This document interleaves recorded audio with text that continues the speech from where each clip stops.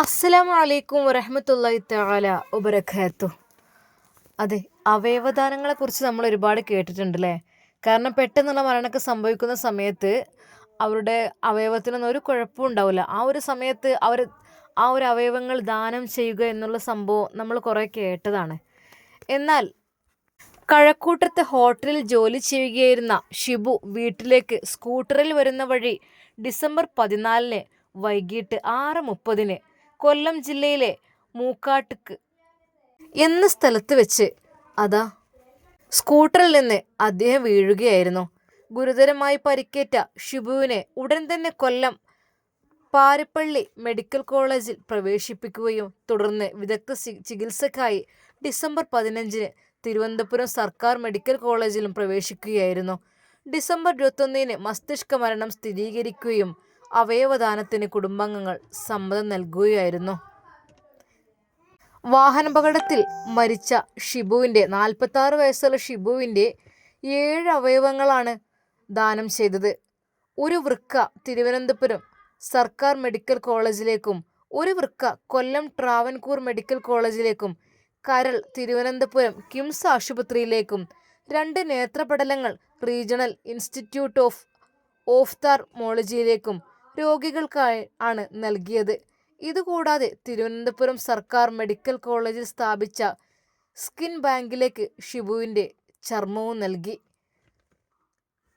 രാജ്യത്ത് ആദ്യമായി ഒരു ജില്ലാതല ആശുപത്രിയിൽ ഹൃദയം മാറ്റിവെക്കൽ ശസ്ത്രക്രിയ നടത്താനൊരുങ്ങിയ എറണാകുളം ജനറൽ ആശുപത്രി നേപ്പാൾ സ്വദേശിനി 22-കാരിയായ യുവതിക്കാണ് തിരുവനന്തപുരത്ത് മസ്തിഷ്ക മരണം സംഭവിച്ച കൊല്ലം ചിറക്കര ഇടവട്ടം സ്വദേശി എസ് ഷിബുവിൻ്റെ ഹൃദയം മാറ്റിവെച്ചത്.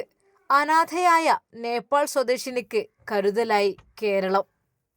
എറണാകുളം ജനറൽ ആശുപത്രിയിൽ ഹൃദയം മാറ്റിവെക്കൽ ശസ്ത്രക്രിയ നടത്താനായി വിപുലമായ സൗകര്യങ്ങളാണ് ഒരുക്കിയത്. രാജ്യത്ത് ആദ്യമായി ജില്ലാതല ആശുപത്രിയിൽ ഹൃദയം തുറക്കാതെ വാൽവ് മാറ്റിവെക്കൽ ശസ്ത്രക്രിയയും വൃക്ക മാറ്റിവെക്കൽ ശസ്ത്രക്രിയയും ഈ കാലയളവിൽ ഇവിടെ സാധ്യമാക്കി. ഇതിന് പിന്നാലെയാണ് ഹൃദയം മാറ്റിവെക്കൽ ശസ്ത്രക്രിയ നടത്തിയത്. അനാഥയായ നേപ്പാൾ സ്വദേശിനിക്കാണ് കോടതിയുടെ പ്രത്യേക അനുമതിയോടെ കേരളം കരുതലൊരുക്കിയത്. ഇപ്പോൾ ഒരു അനുജൻ മാത്രമാണ് ജീവിച്ചിരിക്കുന്നത്. പാരമ്പര്യമായ ഹൃദ്രോഗം കാരണം അമ്മയും മൂത്ത സഹോദരിയും മരണമടഞ്ഞിരുന്നു. ഈ പെൺകുട്ടിക്കും ഇതേ അസുഖമായിരുന്നു. നോക്കാൻ ആരുമില്ലാത്തതിനാൽ അനാഥാലയത്തിലായിരുന്നു പെൺകുട്ടിയും സഹോദരനും കഴിഞ്ഞിരുന്നത്. വൻ ചികിത്സാ ചെലവ് കാരണമാണ് അവർ കേരളത്തിലെത്തിയത്. അനാഥാലയം നടത്തിപ്പുകാരനായ മലയാളിയാണ് ചികിത്സക്കായി കേരളത്തിലെത്തിച്ചത്. ഇന്നലെ വൈകുന്നേരം 6:30 ശസ്ത്രക്രിയ പൂർണ്ണമാക്കി. അത് അനാഥയായ നേപ്പാൾ പെൺകുട്ടിക്ക് കരുതലായിക്കൊണ്ട് അതാ ഷിബുവിൻ്റെ ഹൃദയമാണ് മാറ്റിവെച്ചത്. ഷിബുവിൻ്റെ ഹൃദയത്തിലൂടെ ആ പെൺകുട്ടി ഇനി ജീവിക്കും. എന്നാൽ മറ്റൊരു വാർത്തയിലേക്ക് നമുക്ക് കടക്കാം. വഴിവെക്കിലെ സർജറി വിഫലം, ലിബിൻ മരണത്തിലേക്ക് മടങ്ങി. വഴിയരികിൽ ആക്സിഡന്റ് സംഭവിച്ചപ്പോൾ ഡോക്ടർ മൊബൈൽ ഫോണിൻ്റെ ടോർച്ച് ഉപയോഗിച്ച് ബ്ലേഡും സ്ട്രോയും ഉപയോഗിച്ച് യുവ ഡോക്ടർമാർ നൽകിയ അനിയന്ത്രിത സർജറിക്ക് ലിബിൻ്റെ ജീവൻ രക്ഷിക്കാനായില്ല. വഴിയരികിൽ ആക്സിഡൻ്റായി കിടക്കുന്ന സമയത്ത് ശ്വാസത്തിന് വേണ്ടി അതാ അദ്ദേഹം പിടയുമ്പോൾ ഡോക്ടർമാരാണ് അവൻക്ക് തുണയായത്. ഞായർ രാത്രി 8-നാണ് എറണാകുളം ഉദിയംപേരൂരിലെ റോഡ് അപകടത്തിൽ പരിക്കേറ്റ് റോഡിൽ കിടന്ന ബൈക്ക് യാത്രികനായ ലിബിന് സാധാരണ ബ്ലേഡും പേപ്പർ സ്ട്രോയും ഉപയോഗിച്ച് മൊബൈൽ വെട്ടത്തിൽ ഡോക്ടർമാർ സർജിക്കൽ ക്രിക്കോതെറോട്ടോമി എന്ന അടിയന്തര ചികിത്സ നൽകിയത്. കടവന്ത്ര ഇന്ദിരാഗാന്ധി കോ ഓപ്പറേറ്റീവ് ഹോസ്പിറ്റലിലെ medical emergency ഡിപ്പാർട്ട്മെൻറ്റിലെ RMO Thomas പീറ്ററും doctor Didiya K തോമസും Kottayam medical college department of cardio vascular തെറാപ്പിക് surgery assistant professor doctor B മനൂപും ആയിരുന്നു സർജറി നടത്തിയത്. 2 ബൈക്കുകൾ തമ്മിൽ കൂട്ടിയിടിച്ചുണ്ടായ അപകടത്തിൽ മൂക്കും പല്ലും തകർന്ന് ശ്വാസം കട്ടപിടിച്ച് ശ്വാസനാളം അടഞ്ഞ നിലയിലായിരുന്നു ലിബിൻ. ഗുരുതര മുറിവിനെ തുടർന്ന് ശ്വാസമെടുക്കാൻ കഴിയാതെ അദ്ദേഹം കിടന്ന് പിടയുകയായിരുന്നു.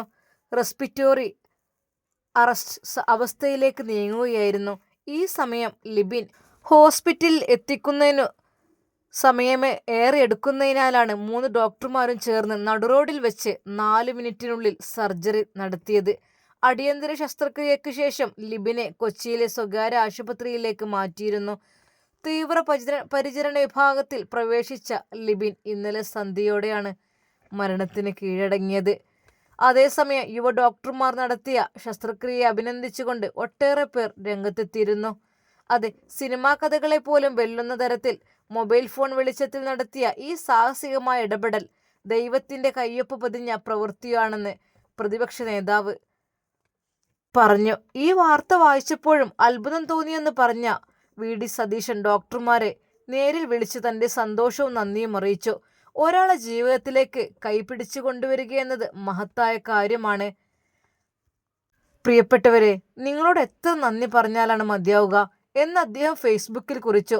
സമൂഹത്തിന് വലിയൊരു മാതൃകയാണ് ഈ ഡോക്ടർമാർ നൽകിയതെന്നും പ്രതിസന്ധി ഘട്ടങ്ങളിൽ നാട്ടുകാരെ പോലും പോലീസും അവരെല്ലാവരും നൽകിയ സഹായം അത് പറഞ്ഞ് അറിയിക്കാൻ അത് ഏറ്റവും കൂടുതൽ വളരെയധികം ഉത്സാഹമുള്ള ഒരു കാര്യമായിരുന്നു. ഇതുപോലെ ഡോക്ടർമാരെയാണ് നമുക്ക് സമൂഹത്തിന് ആവശ്യം. അവർ കരുതൽ, ഒരു ജീവൻ രക്ഷിക്കുക എന്നത് ഏതൊരു ഡോക്ടറുടെയും ബാധ്യതയാണ്. ജീവന് വേണ്ടി പിടയുന്ന സമയത്ത് അത്രക്കും സാധാ ബ്ലേഡ് ഉപയോഗിച്ചുകൊണ്ടും ഒരു ടോർച്ചിൻ്റെ അല്ലെങ്കിൽ മൊബൈൽ ഫോണിൻ്റെ വെളിച്ചത്തിലും അങ്ങനെയെല്ലാം ചെയ്ത ഡോക്ടർമാർക്ക് ഇനിയും ഒരുപാട് നല്ല കാര്യങ്ങൾ ചെയ്യാൻ കഴിയട്ടെ എന്ന് നമുക്ക് പ്രാർത്ഥിക്കാം. പക്ഷേ വേദന എന്ന് പറയട്ടെ, വഴിവെക്കിലെ സർജറി അത് വളരെയധികം വിഫലമായി. പെട്ടെന്നുള്ള ശ്വാസം ലഭിക്കുന്നതിന് വേണ്ടി ഡോക്ടേഴ്സ് അങ്ങനെ ചെയ്തത് കൊണ്ട് താൽക്കാലികമായി രക്ഷപ്പെട്ടു. പക്ഷേ പിന്നീട് ഹോസ്പിറ്റലിലെത്തി കുറച്ച് കഴിഞ്ഞപ്പോഴേക്കും അദ്ദേഹം മരണപ്പെടുകയായിരുന്നു.